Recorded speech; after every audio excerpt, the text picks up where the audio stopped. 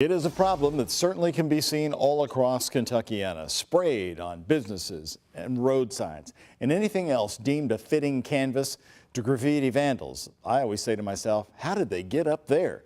Louisville's Office of Codes and Regulations says it's been working with property owners and law enforcement to crack down on a growing problem, but some say they may have already a creative solution on hand.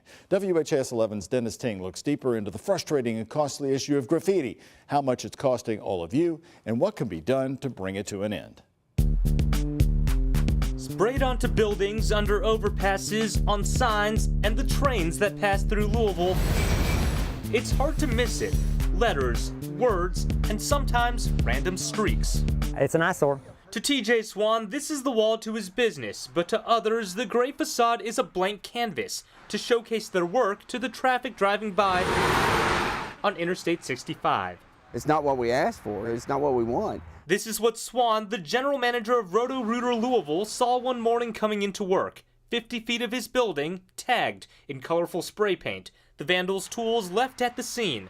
The third time his building has been hit in 2 years. It's very discouraging because, you get it done and then it happens again and you take care of it and it happens again.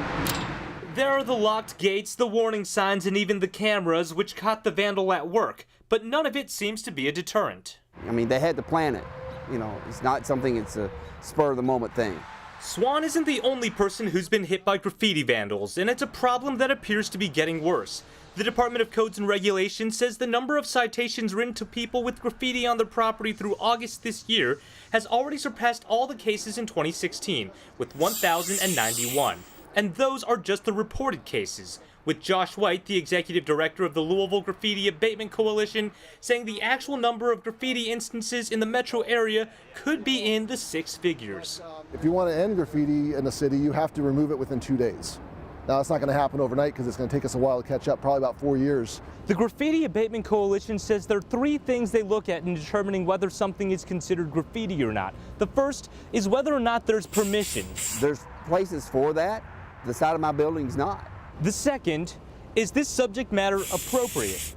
And the third, how big is the signature? If it's larger than, say, 10 or 15%, depending on where you are in the country, then it's going to be graffiti because they're promoting themselves. The cost to a vandal may be the price of just the cans of paint, but the overall price of graffiti is much more and can often come at your expense.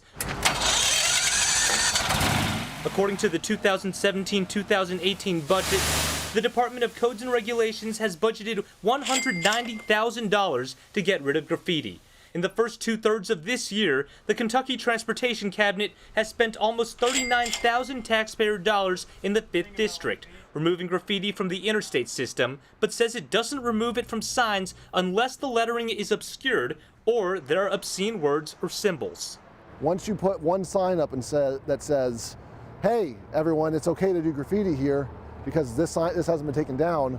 For businesses like Swan's, they are often given 30 to 60 days to clean off the graffiti using their own funds. Otherwise, they could face a fine from the city. But the city says they are flexible when working with these property owners. It costs about $125 to $150 in paint, and that comes out of the company. Probably if you had to paint the side of this building, you're talking $1,000.